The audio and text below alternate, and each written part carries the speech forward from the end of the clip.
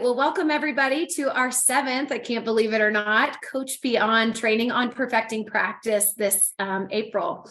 We are so thrilled that all of you are here. I want to reintroduce my co-host, Quadrian Banks, or Q better known. Thanks for being here again, Q. We're excited for this Thanks, one, Sam. right?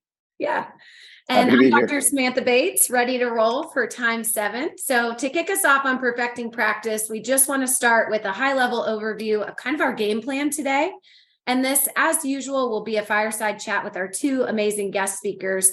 But we want to increase your knowledge around some kind of skills and strategies for quality and balanced coaching. We're definitely going to have our guest speakers talk to us about the good, bad, and ugly of feedback, something that we might think we do well, but maybe you all can coach us through some good feedback. And then we'll try to get through a couple specific and kind of intentional buckets of coaching, maybe those that don't always come to mind when we think about perfecting our practice, things like how do we prevent those injuries or conduct a really great tryout? And so we'll kind of push our guests to share any knowledge and skills that they have. But why this topic? Why did we choose perfecting practice today? And the big one is we know across a lot of research that coaches matter, specifically their practices that they use to connect and mentor and support student athletes. And so actually a lot of research shows that a student athlete's perception of communication from their coach can directly impact their kind of experience of either burnout or enjoyment in sport. And so these are really important things when we think about our practices. And we're just thrilled to have our guest speakers here today. So without further ado, Q, let's get them introduced. I'm going to kick us off. So first up, I have Dr. Vincent Minjares, or other known as Vince, here with us. Vince is a project manager of the Sport and Society program at the Aspen Institute, and is responsible for really driving Projects Play's school and sport kind of areas, coaching portfolios in those spaces. Vince holds a PhD in coaching and pedagogy from the AUT University in Auckland, New Zealand, as well as an MA in education from UC Berkeley and a BA in economics from Claremont McKenna College. Vince also identifies as a coach with 20 years of coaching experience at the youth club, school, regional, and international levels. Vince, holy cow, right? And before joining Aspen, Vince designed and delivered a coaching development program for sport development officials in Auckland, New Zealand. He's also conducting research in this area on education and human development, with a real emphasis on designing learning environments that help with decision-making, intrinsic motivation, and obviously supporting youth development, this whole Coach Beyond. So thanks, Vince, for being here. Q, let's introduce our other guest as well. Absolutely. We have Kristen Dieffenbach, is the director of the Center of Applied Coaching and Sports Science at West Virginia University and a professor in the School of Sports Sciences. She's the executive director of the United States Center for Coaching Excellence, a fellow in the Association of Applied Sports Psychology, and a graduate of the NSSU Coach Developer Academy. She's been a certified mental performance consultant and educational consultant for the athletes, coaches, and teams for over 20 years, working with development through Olympic level athletes, coaches, and organizations. She has coached for over 20 years, specializing in coaching junior development, elite and masters athletes in endurance and ultra-endurance cycling, running, and adventure racing disciplines with peak coaching groups. More recently, Kristen has been coaching youth ice hockey and is part of the USA Hockey Mid-Am coach development team.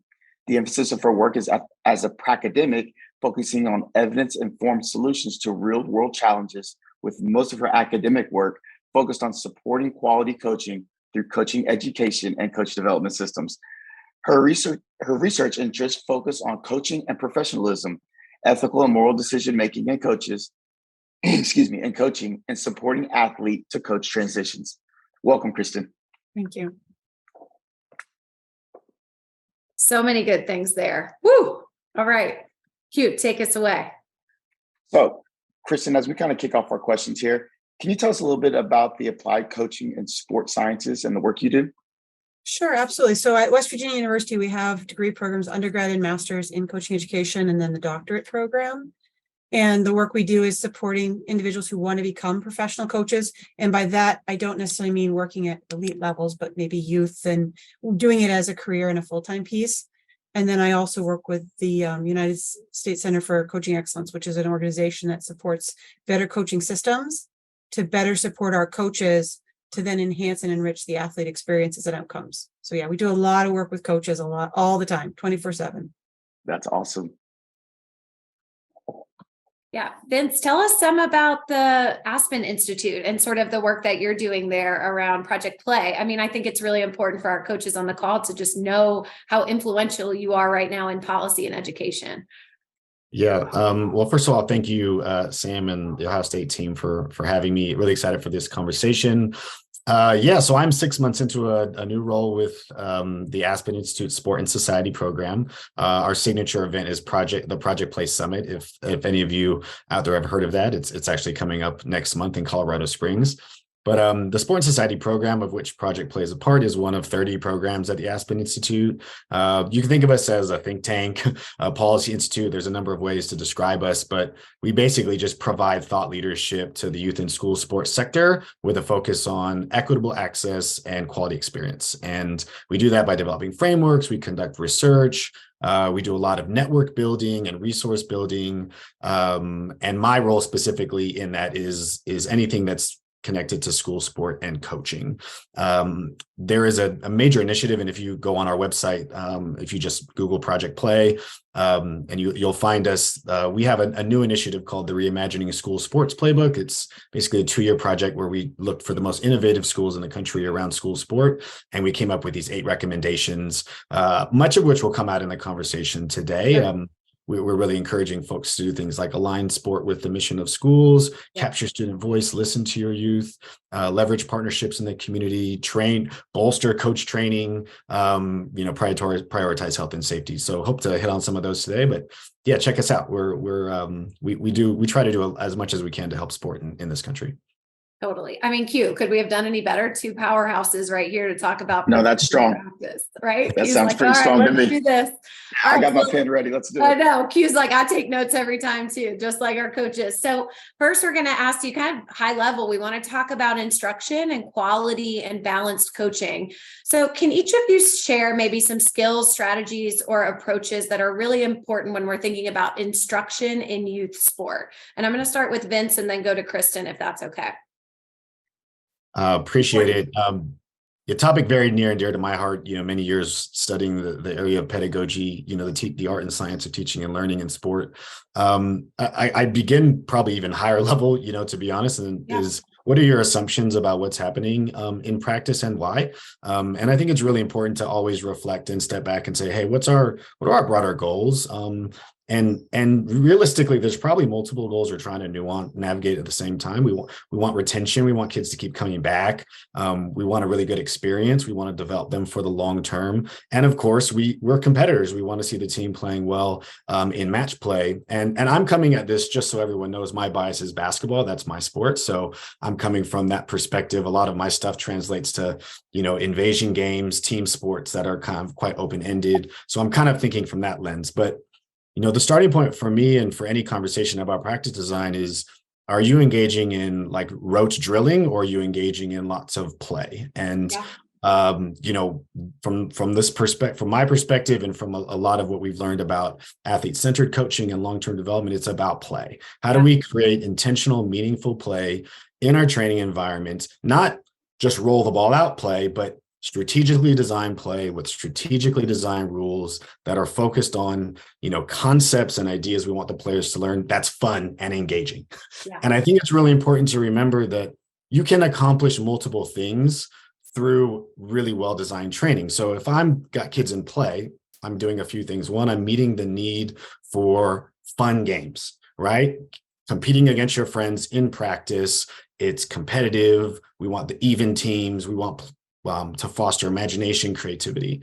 At the same time, I'm using one of the best learning tools we have to develop an understanding of our game that we want to play, right? So small-sided games have been, demonstrated to really deepen that understanding, because you get more opportunity with the ball or on task, right? That time on task is crucial. Yeah. You have there's associations with good conditioning, right? I can actually get really, really fit, especially if I'm not standing and watching. So are you getting rotations in your games where I'm constantly cycling players through? Sure. They're playing, they're out, they're back in. They're not waiting for a long time. And then, of course, I think really this sort of key piece is, am I using rules that are intentionally focusing or constraining players towards certain kinds of decisions. So as an example, a lot of my personal research was on shot selection in basketball. Well, how do I design games that force players to improve the quality of shots we take in a game? Well, what I'm going to be doing is I'm going to create rules around the kind of shots we value. I'm going to create a scoring system. Scoring system is going to value some shots over others. We want open shots. Let's value them at 2 points.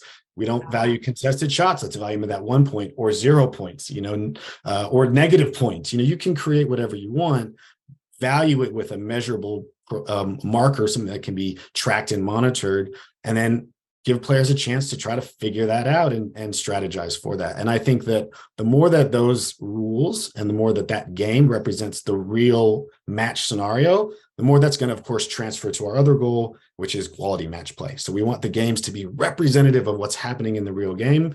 You do these things, you're going to check off a lot of boxes. Yeah, I heard a couple of things before we get to Kristen. So maximizing play, making sure it's a place you want to be, right? I heard you also say time on task, right? Which, Vince, do you agree with like 80% time on task is a practice and 20% rest? Or do you have a ratio that you kind of recommend? Well, by time on task, I'm really referring to the amount of opportunities, for example, in a sport like basketball that a player has with the ball. Yep. For example, I'm not going to get good at shooting shots if I never have an opportunity to shoot shots or pass up shots. So time on task is the number of opportunities I have in play to make a decision that is relevant to the real game. So that's super helpful. Standing and watching, I'm not playing, and I'm not having opportunity to make decisions. Yeah. And then I loved how you said you can value things differently. If you're working on something and wanting to increase decision-making in a space, make something count for more, right? Especially at practice, so that valuation looks differently. Kristen, I'm going to flip to you. Talk to us about, quality and balance coaching around approaches that support strong instruction. Sure. And I think building on what Vince said, I really love, a lot of our work is very aligned. And this idea that at the end of the day, what we're trying to do in youth sport is it's a curriculum, right? We're looking at how do we support long-term athletic development, long-term athletic well-being, and integration of this as a lifestyle and a lifelong impact, right? Both from a physical and a psychological perspective. And in doing so, we are sort of the teachers and the shepherds of the time that we have with our students. And so we really need to think about this and make sure that we're thinking about our coaching as teaching. And we're really aware of the age and stage that we are teaching. And as we're thinking about that and thinking about our teaching role, then we need to be aware of what does the athlete need right now? Not everything I need to dump at them and I know, but what does the athlete need right now for where they are developmentally, where they are sport-wise? Are we on the performance continuum? Are we on the participation continuum? Where does the athlete need to be? And once we start to think about that, we can start to think about what are our learning objectives for the setting and get some real clarity around what those objectives are so that the activities, as Vince is describing them, are really on task to what is needed. And I think sometimes, a lot of times in coaching, we get very excited by the performance aspect of it, and we lose sight of that developmental piece for long-term athletic development. And we lose sight of the fact that this is all, it all builds on each other. And if we jump too high up, they may perform fine for the short term, but in the long term, we're actually going to cause missed opportunities or missed experiences, or potentially even negative experiences by giving them something that's too high or too outside of their skill zone, either physically or psychologically. And so being really mindful of that teaching role, your objectives. And I would add to that, perhaps thinking about your own philosophy of coaching. And by that, I want to be really clear. I'm not talking about what you think the athlete should be doing or sport should do, but what's your philosophy of being a teacher and what can be expected of you as a teacher? What do you stand for? What do you believe in? And how do you approach this? Because there's a really important distinction in approaching our curriculum and our coaching, the distinction between what I am coaching and how I am coaching, which starts to get at some of the key things I know we wanted to talk about today. Yeah. That really essential differentiation. The how to me is just where we often forget to spend our time, especially when we get so caught up. And I'm just as guilty of it sometimes, whether I'm on the ice or on the pitch, because it gets exciting. Yeah. Well, Q, I'm going to probe them on my next question here. So talk to us about organizing a practice. You kind of just gave us high level, Vince, you talked about what are your assumptions. Kristen, you said developmentally, you got to figure out where you are on the participation to kind of competition spectrum here and what's developmentally appropriate for your athletes. And then both of you are kind of saying there's this great opportunity really young too, to make sure kids are really participating, getting opportunities to practice skills, grow, right? Kind of scaffolding in new learning as an educator. So how do coaches set up a practice plan that can be successful? I think one of the things we want to think about, right, is that we've got physical elements, we've got team elements, we've got tactical. You've got to start off with the objectives. What's the point of this part of the season? What's the point of the week? What's the point of today? And once you have some clarity of what you want to work on, then you start to build the pieces together, the recipe, if you will, what's going to make today flow well based on those objectives and the things you want to work on. And those objectives become incredibly important because they focus what you're going to give feedback on. They focus what opportunities you're going to give. And Vince, maybe you could speak on this a little bit on how that then informs the constraints you build into the drills, because you might use the same drills all season, but your constraints might get different based on those objectives. And I think that's probably right down your alley of expertise. Yeah, I couldn't agree more on a number of points you've made already, Kristen, particularly around, being sure that the vision for the season and for this age and stage of development matches where our players are at. I would say that, when you're thinking about designing a practice, you have to begin with the end in mind, right? So what is our goal for this season? What's our goal? What are our learning objectives from I often think about it beginning tactically actually first. Tactically in the sense of what are the main kind of principles of the game that we want players to understand. And then let's kind of use this as our North Stars, right? Not making it end all be all by tactics, but let's use that as our North Stars. So as an example, if we use shot selection, I'm going to start my season by introducing some basic rules around shot selection. And I'm going to keep harping on that throughout the year as a constraint on my game. So I might have, as an example, a rule around shot selection or a rule as a scoring system. That scoring system, if that's a key point of emphasis for me, that's going to be day one, first practice, for as long as it takes me to ensure that our players have learned that. And I want to engage that in as many different ways as I can. 1-on-1, 2-on-2s, 3-on-3s, 4-on-4s, 3-on-2s, 2-on-1s, 4-on-3s, different combinations of players in games, different sides of the court, on the right side of the court, on the left side of the court. What we want is to expose players to a variety of ways of solving this constraint, right? Or adapting to this constraint. This rule is a way of forcing adaptation to a behavior. So what I'm probably going to do if I'm having a training is, this is kind of that next piece of what does it look like in training. I'll have my warm up to, make sure I get my players ready. I'm going to probably go through a dynamic warm up or some kind of injury prevention protocol, which we'll talk about later. I'm going to then get into some kind of preparatory exercise, which might be a sport-specific drill. But again, acknowledging the desire for fun. Let's make it fun. Let's not have it be boring. Let's try to make it even competitive.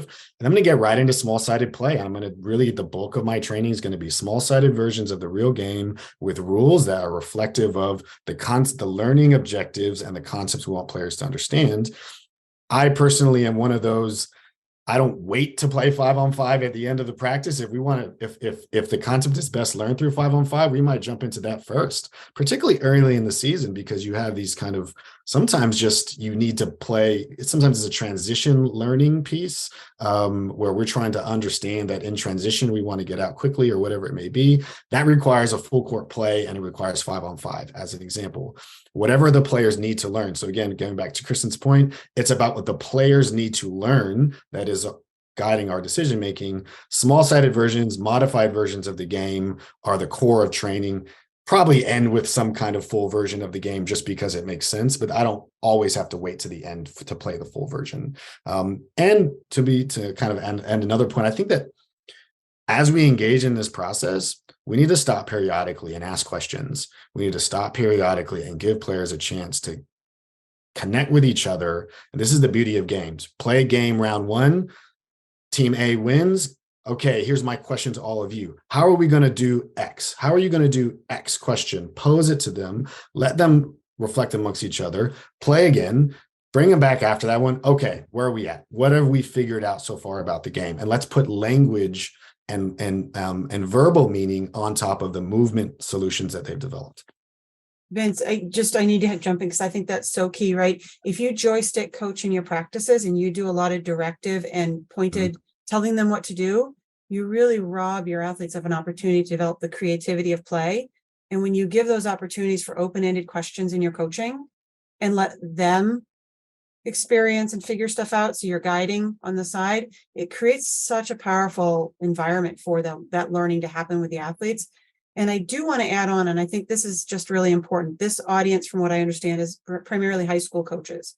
And so I think we're speaking in that sort of contextual area. And that's really important because the advice and the pieces I might give about designing a practice, if we were talking about, 6U, 10U, 12U, middle school, would be really different in terms of how we're structuring. There might be some of the same elements, but it's going to be very different, just like if I was talking about running a math class or a science class or an English class for kids of different levels, because while they need the same elements, the way we approach it and what they're ready for is really different. And so contextually right now, I think a lot of what we're talking about is this high school age athlete, what they're ready for and what we know they're coming in with. These aren't novice athletes, but they're not pro athletes either. And so there's a lot of growth here, a lot of opportunity for that, but they're also developing into critical thinking young men and women. So to me, that's a really important piece to bring into our conversation. Gosh, so many good nuggets. Q, what are you hearing? No, I think that was really good. I love the age and stage of their development and how you tailor your practices and messages to your athletes. Kind of Gene Smith, our AD here at Ohio State, always says, meet them where they are. So if you're introducing concepts that they're just not ready for, or you're trying to play 5-on-5 and they're just playing with no direction or intentionality, I mean, you're really not getting anything long-term done. But I love the points that our panelists are bringing up. This is really good stuff. Let's keep moving. So, Kristen, we can start with you, but let's talk about feedback. The good, the bad, the ugly. How can we give feedback when coaching in youth sport? And then you can pick up after her. Yeah, I can start us off with that a little bit. I mean, I think when we're talking feedback, we want to make sure it's not just our verbal. We're really aware of it's the 24/7, the way that we're interacting. It's the environment we create. It's the culture of the space, right? And the reality is, as coaches, we have to give critical feedback. We are trying to help them learn and grow. But sometimes, again, I think we have a trap of falling into, I'm going to tell them all the things I see. When we're really trying to support learning and growth, there are great opportunities to ask questions, to pose things to them, to give opportunities for them to think about it and tell, what did you see? What did you notice? Mm-hmm. What do you think would happen? Tell me a little bit more about how you think this will impact that. Or tell me about which runs you think you might make, right? So we've got some great opportunities to flip the script a little bit on our feedback and allow it to come from the athlete and pull from them, more so than just always us directing it at them. Knowing, of course, there's going to be times from a safety perspective or just that quick moment that we've got to give something. But being really clear and doing it in really concise, small, athlete-centered language when we do push instead of pull. And then I would also be really mindful of the idea that sometimes we give too many pieces at once. And we're not paying attention to what was the purpose of the drill, right? So I might come in and watch somebody go, oh, I got 8,000 things we could talk about. But what was the purpose and what we were trying to accomplish today? And that's probably where I should center my feedback, since that was the goal and that's what I want them working on, unless something else is just so egregious, right? And then we often forget to close our feedback loop, where we give the athlete a bit, perhaps a chance to say, and how might you use this? Or show me what you can do with this. And whether that be an immediate follow-up or a little bit farther along, because again, we want to empower the athlete to take that feedback as a growth opportunity and not as a criticism. And we all know that teenagers are a little prone to hear things from adults as criticism, especially if they want to please and want to make us happy with them from a coaching perspective. And so a lot of times that's where I really try to start with feedback when I'm thinking about some of those key elements. Short and concise, centered on the athlete, making sure that there's some sort of plan coming out of it, and making sure it's germane to what we're working on, unless there's a safety concern. That's where I'd start with feedback, I think. I think you said so many good things there. I mean, I just keep thinking about too, when you said those open-ended questions allow the athlete to find the solution first, right? So I was thinking even about us as adults. I had a teaching evaluation the other day, and instead of giving me direct feedback, he said, what do you think you did well? And where do you think you could get better? Well, I nailed it all, right? I was like, oh, these are the areas. And then what happened was, instead of feeling criticized, I felt empowered because I had seen it and was able to sort of work through solutions. And then there was advice able to be shared in the middle of that felt really supportive, right? So Vince, what else do you have to add when we're talking the good, bad, ugly of feedback? Because Kristen just hit a bunch of good points. Yeah, I mean, a lot of alignment here, and I will just say, 100% agree with what Kristen's saying, particularly because I think what we're getting at here in a lot of this dialogue is that we're trying to develop independence. We're trying to develop young people who are able to figure things out on their own, who aren't dependent on an adult to find solutions for them, right? I mean, we don't want that young person who can't be a problem solver, right? And so this is the role of the coach as youth developer, is we're creating conditions for people to develop skill building, problem solving, and an identity as someone who can figure things out. So that being said, when I think about my positioning myself as a teacher, I would add only a few things. One, think about the game that you designed in training as a teacher, right? So the rules of the game, the size of the court, the rules for shot selection, the number of players, these are all the rules. And as long as the players are satisfying the rules of the game, in theory, they're going to be learning what they need to learn, or they're going to learn whatever they need to learn in order to try to win the game. So they lose maybe because they haven't figured out what the game is challenging them to do, but that's why you keep playing, you keep iterating, you give them multiple opportunities. You don't solve it for them. Yeah. You let them find the solution. You might give nudges, you might give cues, you might ask a question that's maybe a little bit of a leading question at times, but realistically, we want them to meaningfully, authentically find the answers themselves, because when the game comes and when life comes, we don't want them to look to us. Yeah. We don't want them looking at the sideline, coach, what do I do? We want them to have a sense for what to do.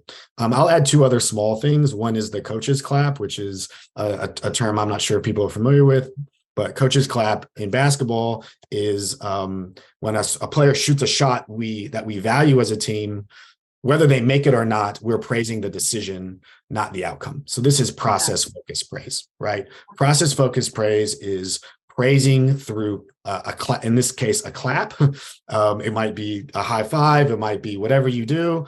It's a nonverbal way of demonstrating approval and endorsement and support for a behavior, right? That we want to see become a habit. And so this is process-focused praise. And I think that, interestingly, I've kind of talked about coaching for many years from a feedback perspective as I spend as much time as I can between a cheerleader and a referee. So I'm a cheerleader as much as I can, praising the decisions and the effort, mainly focused on effort, mainly focused on kind of the culture markers of our program that we want to cultivate. I am cheering those on as loud as humanly possible. And then I'm the official enforcing the rules of the game that I designed, which is going to force behavior, right? And that doesn't make me mean. That's just the rules of the game. I'm not being a jerk. I'm just enforcing the rules because the game's the teacher. Sure. I'm the lecturer 20% of the time, or the instructor if I need to be. And it doesn't need to be 20. It's only if I absolutely have to be. Yeah. And there's going to be those moments where maybe we just feel like this actually they need to be told what to do. I have to leave some room for that, but I don't want to make that the core of my teaching. It sometimes happens. Vince, you just raised a really great point, though, that I think is important too. This makes coaches really nervous sometimes to think about giving the athletes sort of that open-ended place, because we are very used to it. And I know in ice hockey, at least, my coaches get really anxious because we're at $9 a minute because we pay for ice time and it's very expensive. And so one of the things that really means about your feedback is being really clear ahead of time as to what are the things, and thinking through before practicing, your kids, your practices. What are the kinds of things I want to reinforce to you? Where are the places I want to clap? Where are the places where I'm going to jump in and where am I not? So that, this adds to our prep time, but our practices are only as good as our prep. Yeah. And so your feedback should be a part of that prep, not just what are the kids going to do, but where am I actively looking to pull, looking to push, so that you can maximize that time you do get with them. Yeah, I'll just say that as well, that 100% agree. I think that the more clear you are on the learning objective, Yeah. Mhm. the more you're going to be efficient in the time of a training. So, if it's 90 minutes or an hour or 2 hours, I mean, again, a lot of the coaches I've historically worked with, 90 minutes is not a lot of time, because people arrive 5 or 10 minutes late and somebody has to leave 5 or 10 minutes early. All you end up with is probably 70 minutes of meaningful time. You got to be super clear on what you're doing. And so, are you super clear on the rules? Are you super clear on the rules of the game? Are you super clear on what the learning objective is of that particular game and why it matters to the season and how much time you're going to spend? Like, you got to get really clear. But if you can, then it's a great, amazing way to coach. Yeah. I love this. You two don't even need us on this call, by the way. We just sit here and listen, right? No, I'm going to go ahead and just mute mine right. Right. I mean, you're both talking about this, like there is an interdependence that leads to independence, right? And Vince, you said 20% of the time I'm the lecturer. A lot of it's letting them experience it, debriefing really well and making sure they're finding these opportunities. I mean, Kristen, you talked so much about what is, be athlete centered, how each athlete kind of receives feedback. That's even a conversation that could be had, but also what was the goal of that drill? And don't give the 8 things, give the one that's really specific and intentional. And then Vince, I think you're even talking about team climate and culture when this clap is happening around decision-making. It's not just performance, it's the process of you saw you were open, you sat for a minute on your own and made a good decision. We want to support you in that, even if it doesn't result in 3 points, right? And that to me builds a really supportive and fun environment. And wow, the ability for that to transfer right beyond sport is huge. Seeing people for their decisions, maybe not necessarily always the outcome, because sometimes we don't always have success in that space. Yeah. But as a teammate, I saw you tried there and made a really good decision. Appreciate that. Yeah. Ooh, huge nuggets, right, Q? Okay, what about injury prevention? This is a big one. So Vince, you kind of mentioned this in your after a warm up. How can effective coaches really mitigate athletes' risks for injuries at practice? Yeah, obviously it's important to think about, the nature of injury that we're discussing. So I'll probably come at it more from a lower body musculoskeletal injury perspective. So ankle sprains and knees and things of that nature. But I am doing quite a bit of work now on ACL injury prevention, which is a big issue. And so I'm a bit biased in my answer here around neuromuscular training. So basically, in a nutshell, the big challenge that we have right now is some of these injuries, like ACL tears in particular, are non-contact injuries that occur as a result of poor lower body movement and balance control. And it's easy to sort of dismiss them as they don't happen very often. They are so rare. Or if they do, it's just bad luck. But we've learned there's a whole body of research being developed in this area over the last 25 years. And there are programs that have been coming out that are demonstrating that you can actually reduce the risk of ACL injury by basically teaching players and fostering what we might call a movement literacy. It's lower body stabilization. Can I learn how to land and pivot better?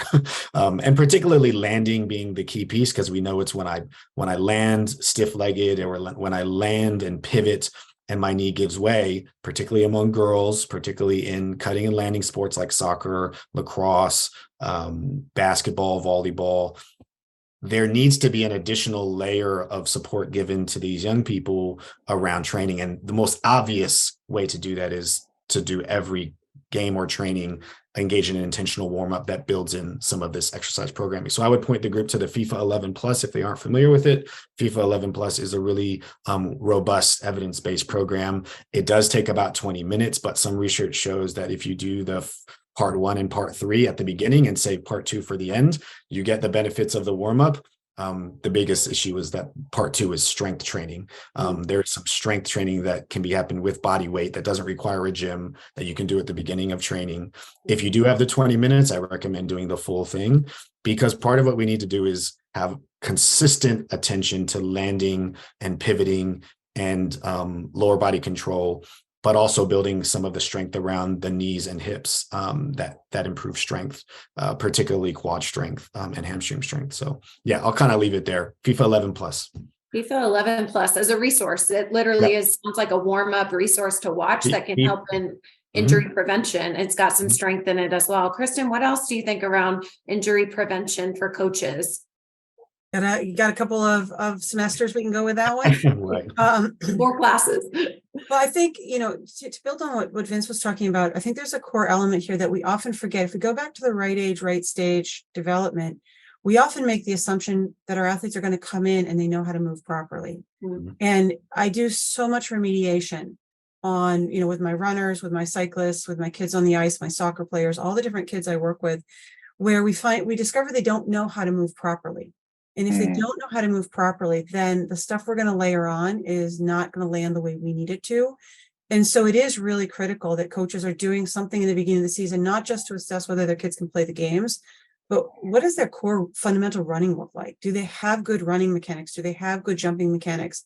Do they understand how to land in such a way that they're catching themselves? And so even if kids know how, starting off your season with some sort of proactive prep to not just strengthen them, but double check and make sure their fundamentals are good, which might mean you need to go back and make sure you're, brushing up on what does good mechanics look like and how do you adjust that? Because the other big challenge for our high school coaches is these kids are going through puberty and they're going to get those long bones before they get the muscular, strength to keep that up. If you got your juniors and seniors, you're probably okay, but you got your freshmen and sophomores, you might have a hot mess. So they're kind of all over the map. And so we really need to be as proactive as we possibly can with their patterns and their development here.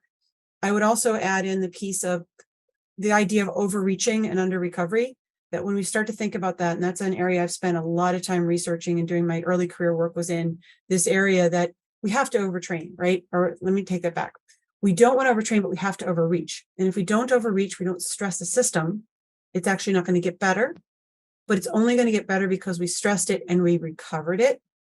And so a lot of our injury prevention comes around because we don't really think enough about the recovery. It's way better now than it was, just even 5 or 6 years ago. We understand recovery better. People are talking about the different modalities of recovery, but making sure you're stressing to your kids how important it is they sleep, they hydrate, that they eat well, that the stuff you're asking them to do after practice and in between, that's what's going to help reduce some of those overuse injuries, or just the whole volume of training is going to make you tired. So maybe you have to sleep well. So just starting to think about how do we give those kids the skills and the basics, I think is really important for preventing injury. Can I add one thing to that as well? Yeah. I think it's really important to think about the culture around injury within the context of team and school. And so one of the things that we know has happened historically in sport is that we kind of glorify or glamorize the player who plays through injury, and we kind of ridicule the player we think is soft or does not play through injury. And I think it's important to reflect as coaches on what we're learning through that, because what we're learning about adults these days is that we push our bodies to the limit at work, and then we as adults have not learned how to self-care, and we haven't learned how to look after ourselves. And that some of the seeds of that thinking begin when we're young, thinking that I'm not allowed to take days off. I'm not allowed to look after myself. I'm not allowed to be injured or be sick. And so I think it's a tension, right? Because in sport, we want players to give up themselves for the team. We want players to fight through these situations, but we have to really step back and ask ourselves, what is the message we're teaching someone when they're always glamorized for putting their bodies last?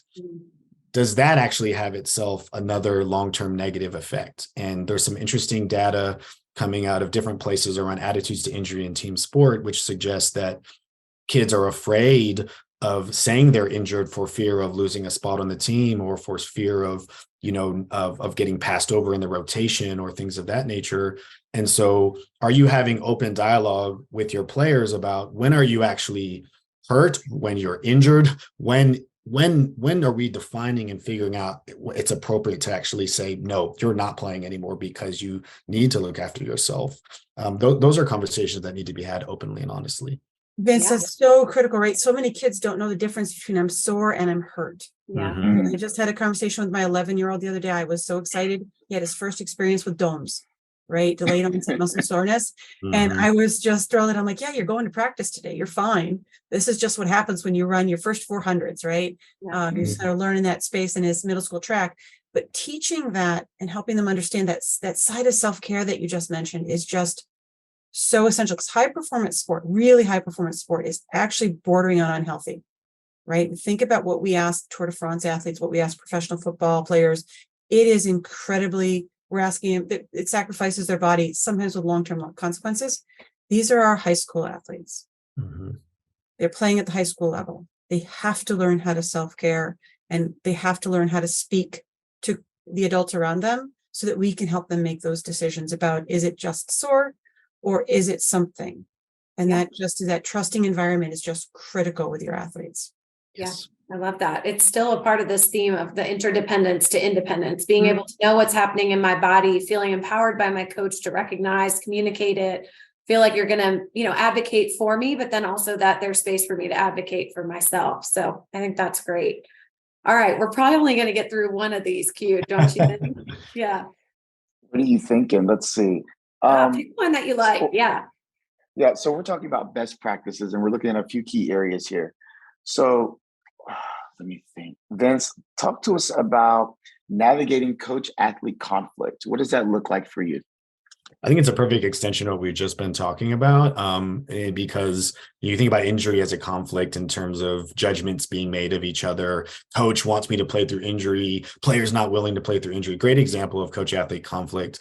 I think that, any coach-athlete conflict begins with, are you as a coach being proactive in creating the psychological safety and the meaningful relationship with the players? Now, again, numbers matter here. It's harder for the head coach of a football team to have a meaningful relationship with everyone, but someone on the staff needs to have a relationship with each player needs to have a relationship with someone on the staff.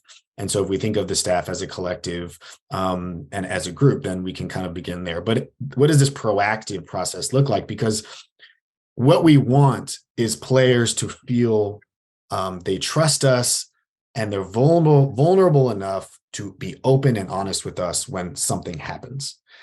If they don't have trust, if they don't feel they can be vulnerable with us, then we're not going to know what's going on until it blows up in our face. And this is why being proactive matters. So how do we do that? Again, I would begin with very simple things. Do you make time for informal connection during the kind of in-between periods? I think about the water breaks. I think about the 5 or 10 minutes before and after training. I think about road trips in particular, great opportunity to do temperature checks. I like the idea of this notion of a temperature check. Hey, I'm just sitting with you. I want to know how you're doing. How are you feeling right now? Is everything going okay? Is there anything that you want me to know? I also think that we have to think about this. We're a village, right? So I know we're not talking about parents, but parents and coaches need to be a team more than they often are. They're too often adversaries who are competing for, this status, when in reality, we should be partners in helping this young person learn and grow. So to what extent have you cultivated a channel of dialogue with the parents to be able to have a meaningful conversation with them if you notice something? I've noticed such and such happening with Johnny or with Sarah. Is there anything that I should know? Conversations of that sort. Yeah, I think that's great. Kristen, anything to add on athlete coach conflict? Yeah, we just finished a chapter with a German colleague of mine, Sven Wachsmuth, and I wrote a chapter on this because it is such an important area. And I think what I would add is we're thinking about high school kids, right? And there's a really interesting time here in their development as they're starting to try to really establish who they are and trying to figure out how to shift from being the child-adult relationship to an adult-adult relationship. Yeah. And they don't necessarily have the skills to navigate that. And how do we help support that and giving them opportunities in which they can challenge and have those conversations, but then also allowing ways to help them navigate that. And I think one of the things that works really effectively when working with teenagers and trying to manage conflict is giving them opportunities for the side-by-side, the walk and talk, and those places in which they can safely explore challenge with you or safely explore conflict, as opposed to what can really put somebody on their back foot, which is this, straight on, hey, let's have a talk, let's have a conversation. And I think just this, the basic ideas of, hey, we need to have a conversation and giving them some space so that they, it's not an immediate, hey, can we have a talk after practice or can we have a talk in a little while? Just to try to give them those opportunities to come into the challenge and the conflict, as opposed to just be the subject of the conflict, which is huge with teenagers. Gosh, I love that. The walk and talk. That's really good. Yeah, we always Like used to that just too. sit in the car, my dad and mom. So that was when the best conversations happened because you could kind of process and mirror and listen. That one-on-one can be really intimidating too to the adolescent brain who's going to go to emotion first, right? And then not having to maybe look right on you allows me to kind of maybe hold it in or process what's going on and get to that rational part of my brain in a safe way. So I think that's fantastic. One more Yeah, come thing. on, Vince, give us I one more think so. nugget. I love that, Kristen. I just learned something. This is why it's good for me to come on. I like the walk and talk, the side by side, and I have seen some friends in New Zealand who it's reminding me have said a similar thing. I would recommend to the group to. I'm not sure if the group has seen Last Chance U, which I think is a great series. But the most recent season, which is the East LA basketball coach, there's a scene in the middle of the season, I can't remember which one, where Coach Mosley becomes aware that a player on his team has autism. And I think it's a really interesting nugget that I would recommend anyone watch because he didn't know that his player had autism till midway through the season. And this was a eye opener. Once he learned of his player's diagnosis and learned of what that means, he started to realize that all these behaviors that he was judging the player for having a bad attitude or, not caring, being selfish, were actually simply part of it being autistic. And I think that he himself had to really check his behavior and realize, I need to do more to learn the stories of my players. Now, there's no one size fits all for how to do that. It doesn't mean that you need to give every player on your team, ask them to complete a personality test or something like that.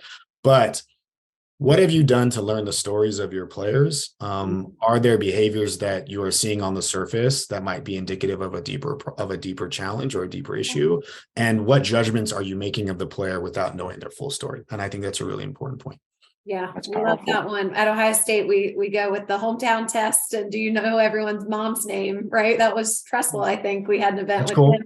He said those were among athletes, but I think that's the same on the Coach Know Every Athlete's Story, which is very much a Project Play initiative. So it's kind of great that you're ending with that one. So, we have a coach training on this perfecting practice. And the only thing that we want to share before we get to questions, which is really fun to have Vince on today, is coming soon from our Coach Beyond team. We're actually going to have a special on tryouts. So we just talked about coach athlete conflict, but Becky Wade Benavanian on our team interviewed Vince. And this is about a 30-minute resource that we're going to be able to share with all the coaches on the call where we talk about, again, this area of practice. We didn't get to talk today because we covered so much good things like the end of season banquets, how you acknowledge kids for their roles on the team. How do you conduct tryouts? How do you make that a safe place for feedback? We actually did sort of some focus groups with athletes and so have some nuggets on how they'd like to receive feedback during tryouts in ways that feel safe. So the athlete voice, Vince, I think you started us with that being so important here.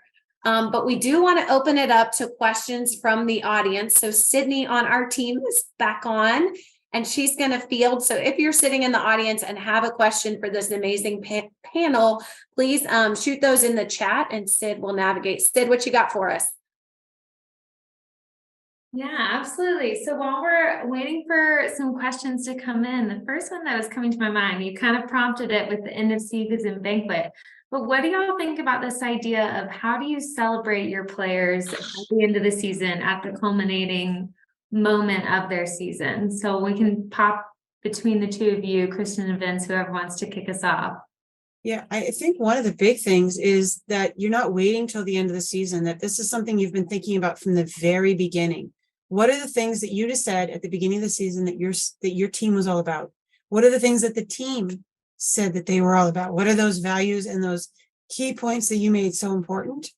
And then when you, excuse me, how are you looking for those opportunities to remember and celebrate at the end? So it's not retroactive trying to remember, but you've made lists and points along the way that you can then say, this is what we said we were, this is who we said we were. And you're not just celebrating the outcomes like Vince was talking about earlier, you're celebrating the process, the moments, the things that you said were important. Make sure it comes back around full circle to those things and that people get rewarded for being who they said they were going to be and being what they said they were going to be. To me, that is just absolutely crucial. And it takes a lot of stress off the coach too, because you've been collecting data all the way along. Right. So that's Yeah. pretty bad. Great point. I love Yeah. that. Yeah, I would just add, I think that's a really, really, really crucial one. Don't wait to the end of the season to begin this process. And also, don't wait to the end of the season to celebrate your players, right? Like, let's celebrate each other. Let's feel valued and recognized. But I think that in terms of the end of season banquet itself, I just have simple things, which are number one, don't make it just about the sport specific recognitions. This is a great time to pull out the funny stories, to kind of joke with each other, but also to give some meaningful sharing of little things that happen within our team environment or our program that we want other people to learn about, to help them realize how special each person is. So I think that there's a piece there. And I think that just tell great stories, tell great stories and be fair in the way in which you distribute them. So I think that kids, one of the things that we know that young people really value these rituals. We know they're super important to them. They're super meaningful to them. And they can sense when favoritism is happening. And so be fair, be equitable in your distribution of commentary. Spend time on each kid. You should know a lot about each player. You should be able to tell stories. Yeah, I love that. We were recently out in Princeton, and the athletic director there, he always says, you either want to highlight every player or you only highlight the seniors on your team. So that way it is equitable and fair and how you're using the end of the season to highlight your players. So I love what both of you said there on that one. And just to keep us going so we can get as many questions in as possible, we had a question come in of how do I teach volunteer coaches of middle schoolers about how to recognize and teach good mechanics? So maybe for our coaches who maybe aren't as familiar with some of the mechanics, what are some of the basics that they can teach and start with?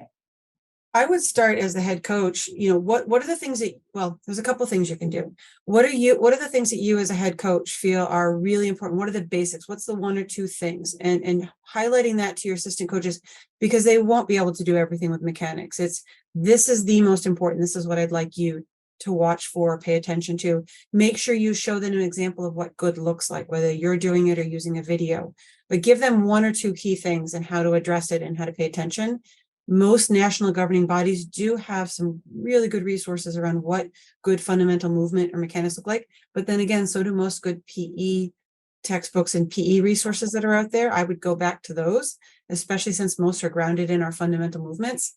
And then if you have somebody who's ambitious, there's a really great applied book called How We Learn to Move by Rob Gray. It does an excellent job of bringing movement concepts and how to teach them back down to the most basic level for somebody who doesn't have a teaching background or a sport movement background.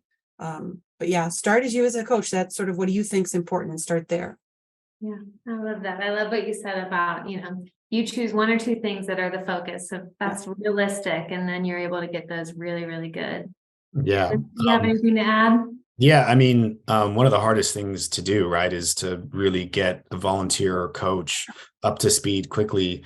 And this is where I think having absolute clarity on what success is in sport and that age and stage of development is really crucial. So, I think, from this big picture perspective, it's like 60-minute, coffee before the season, ideally before the first practice with the coach.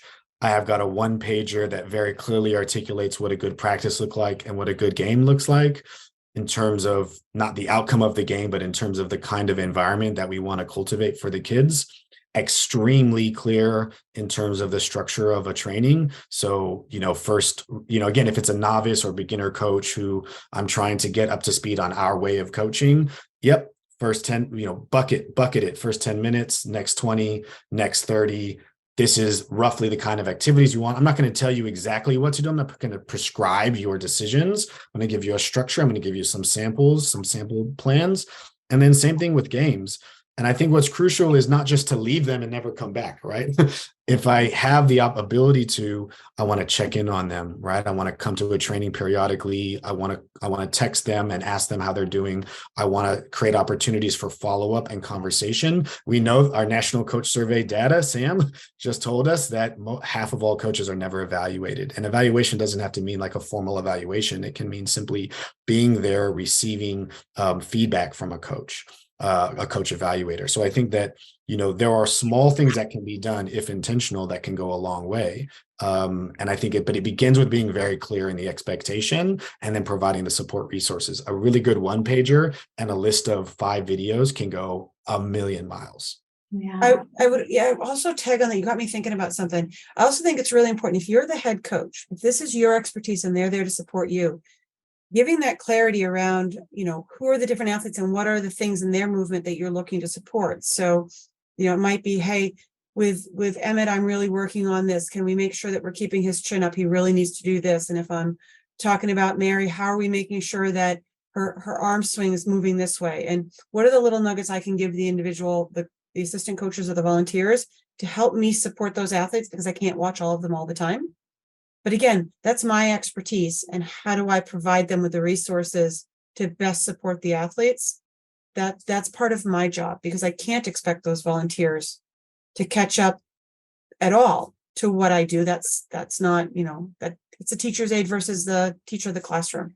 Yeah. So we're going to put that in place. Yeah. I think we have to remember, I'll be very quick. We have to remember that coaches are learning too. Yes. So because coaches are learning, it's not going to be a one size fits all or quick process. You want to start them on a journey. You want them to develop a basic level of competence, get them excited about getting better, and give them places to go with their motivation for learning. Yeah, absolutely. And I think you both are bringing up a good point too around it's about empowering your coaching staff as well, and recognizing that, we might have these couple of fundamental things and we're going to get aligned on our expectations, but we're going to have different styles, different approaches, and giving them the space and support to do that. And it kind of leads nicely into my next question, which is if you both have any tips for a new coach that's coming in and they might be polar opposite or a very different style, personality than a former coach who was really well loved, really well respected by the team, by, caregivers. How do you start to build trust without sacrificing that competitive edge? Or, what do you do when you're entering that scenario and need to get a team on board with you? What do y'all think? Vince, go ahead. I mean, obviously I don't have the full context, but these kind of sound like situations where I think it's important to honor the past, acknowledge previous folks who've had an impact on a community. If you follow someone who's, really beloved, we don't need to overdo how different we are. We just have to lead with our strengths and acknowledge folks who've done a great job. So be deferential, be complimentary, but then be you. And I think that being you is going to be, and again, in this kind of line of thinking where the style of coaching that I feel like we're very much aligned here in this conversation is an athlete-centered form of coaching. Am I helping players have a good experience? Am I helping them get better? Am I helping this team, play its absolute best, and everyone feel like they're a part of it? I think if I'm doing that well, then people will respect that.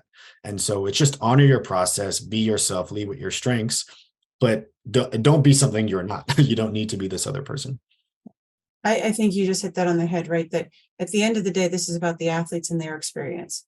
I am there as, someone supporting that, and I have my style, but it's my responsibility to adapt how I'm coaching to what they need. And so I've got to come into that situation with a really open mind and a lot more questions than I have answers in terms of assessing what's going on and how they might. And there are seasons where I am more one way than the other, just depending on who the kids are and where we're going with the season. And that's really on me to be as intentional as I can every single day. And so I think when you're stepping into a brand new space, there's a lot of questions. There's a lot of fact finding. There's a lot of temperature taking and a lot of self-reflection that has to go on just continually to make sure you're meeting the needs of that space. And don't be afraid to ask the others around you around what's going on. Because again, we're not talking about this is not critical. Oh my goodness, we're on some multi-million-dollar. It's critical because these kids are important, but it's not critical the other direction. So yeah. be mindful. It's so true what you're saying, though. I think there's a lot of fear in that space because clearly there was someone that had been in a role for so long, and now it's, will my role change? How will you treat me? So I think even bringing that in the room and saying, I know there might be a lot of unanswered questions right now. Who am I? How will I work? How can you communicate with me? Bring it directly to me, right? Clear is kind. And so where and how I can support you, I want to, but I am going to be different and be authentic to who you are as a coach. So, Let's you know, get to know each other. it's exactly it. And we're always learning, right? So I love that you all both have laid out practice plans for everyone. I think a key to learning, as we've mentioned with coaches, is after every practice, like every class I teach, I write down 3 things I thought I did well and 3 things I would totally toss. Right. And every time I teach that class, it gets a little bit better. And I think that's a season, right? If Vince and Kristen are coaching and they keep that record and say, oh crap, I did that last year, it was a total bad drill. You get rid of it and you start to build this really great opportunity. So speaking of being learners, we are always wanting to see what you've learned today. So Sydney is going to drop the evaluation link in the chat. You can also pull it here from our QR code. This is the way that we can get you out a CEU after this. So if you're a coach educator in Ohio, you can submit this to your local school district as 1 hour of a CEU. If you plop it in there, Sid, you got it in the chat, all good? Okay. So you should have a link in the chat from Sydney. And then we just want to thank our amazing guests today. Vince and Kristen, you two were incredible. I mean, we didn't even cue. We were just like, what else? This has been great. Give I it love to it. us. And as a reminder, this is our final webinar. So positive behavioral and intervention supports is a mandatory training for coaches here in Ohio, new policy, but we are going to have a webinar on it on May 22nd. And as always, if you have questions or follow up, please reach out to us at our website or via our email. We do have trainings in person. We have some rolling out online. And then, of course, these webinars for your coaches. Vincent, Kristen, again, we can't say thank you enough. Audience, if you're in there, drop a thank you in the chat. We will see you all on May 22nd. Thanks, everybody.